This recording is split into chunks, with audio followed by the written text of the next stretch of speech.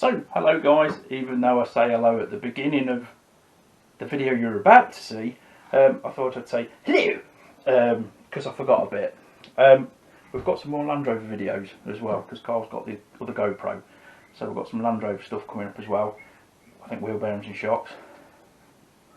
And I've also been messing around with camera mounts and hopefully starting to do some vlogs, etc. I mean, the weather's been quite poor recently, so that's the state of play at the minute. I mean, I haven't seen Carl since before I went away, so he's been doing the Land Rover stuff, as I say. So this is just a short one on how you start a solenoid works, and there's an explanation for Luddites as well. So thanks a lot guys, you take care, have a very good weekend.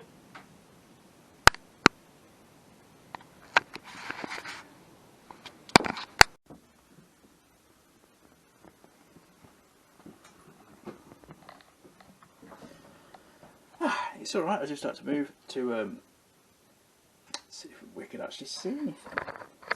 Oh, good morning, shedders. I thought I'd do a quick one today of how a starter solenoid works.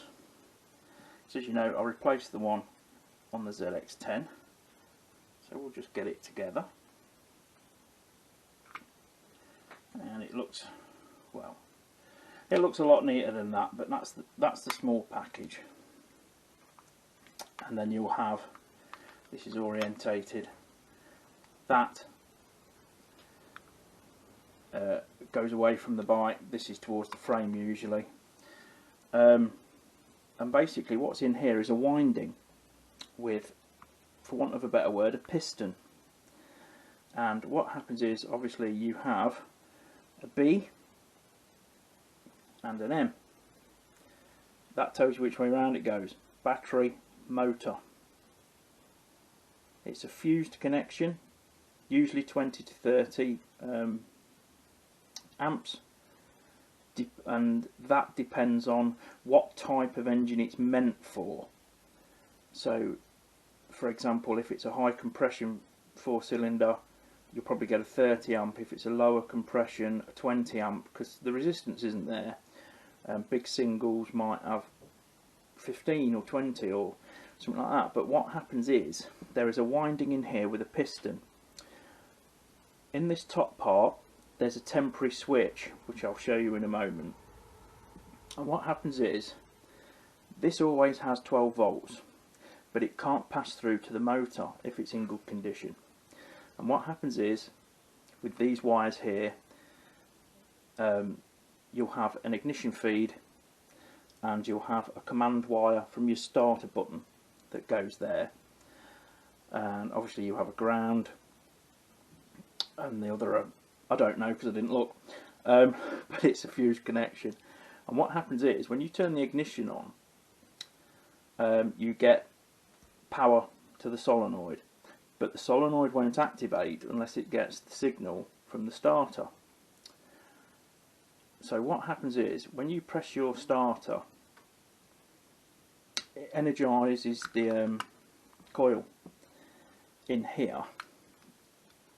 And if we have a look, there's usually an O-ring as well.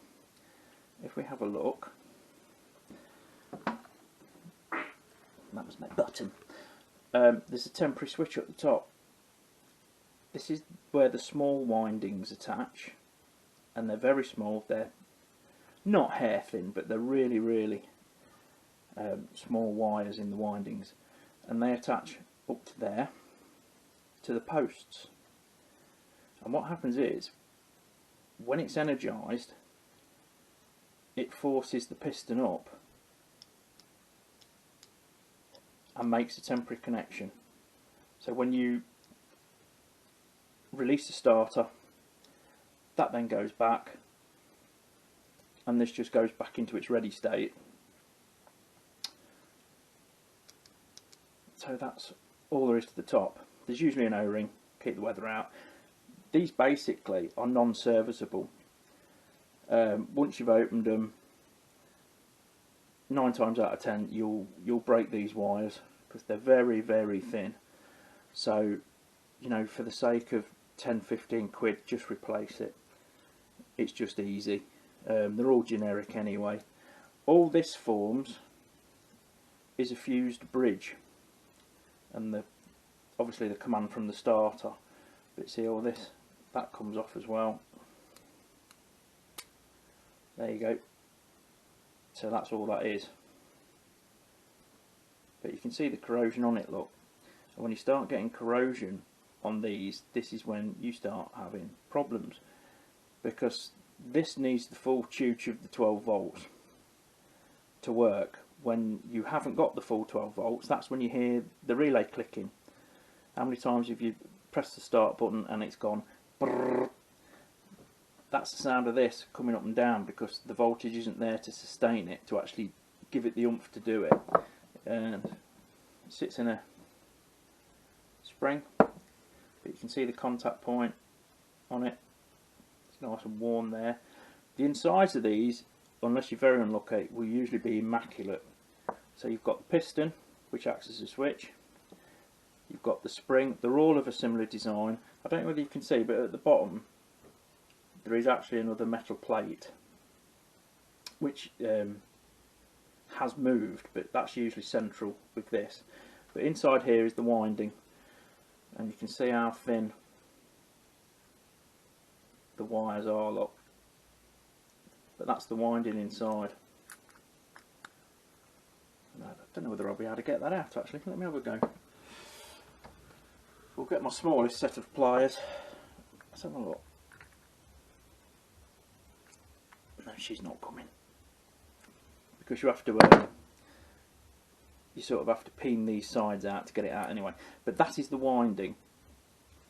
And it sort of roughly the same principle as a coil. All this is allowing is the full 12 volts through to the starter motor to allow it to start.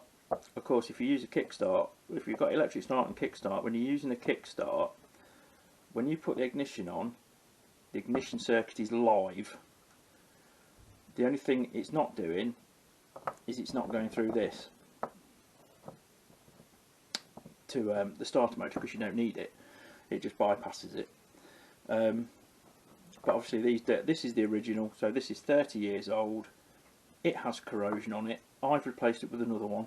Don't be surprised if the first time you start using your new solenoid, if it's not a genuine part. This one is obviously the Kawasaki genuine. I put like a 15 quid replacement in, but don't be surprised if it sticks slightly. And it can either stick on or it can stick when you turn the bike off. You'll actually hear the starter motor going sometimes, and all it is, it's just seating itself. A quick tap, just literally just tap it, and they'll probably never do it again. But that's what it is, look. So it's obviously, it's like that until it gets the command from the starter. That then sends the full tooch into there and forces it up, activating this, which then bridges the two poles, so you get your full 12 volts from your battery down to the starter. Oh, and if you're a Luddite and you don't like things explaining, there's an easy way to do this.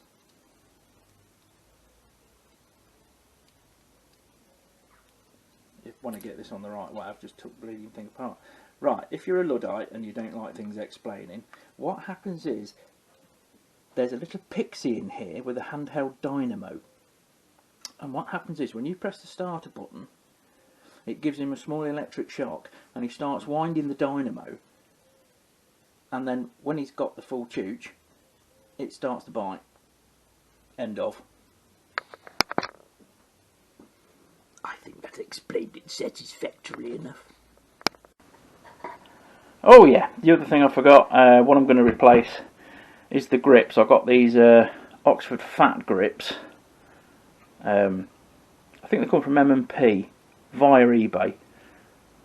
And because I'm finding the original grips are quite hard, they've lost the pliability, and they're quite thin.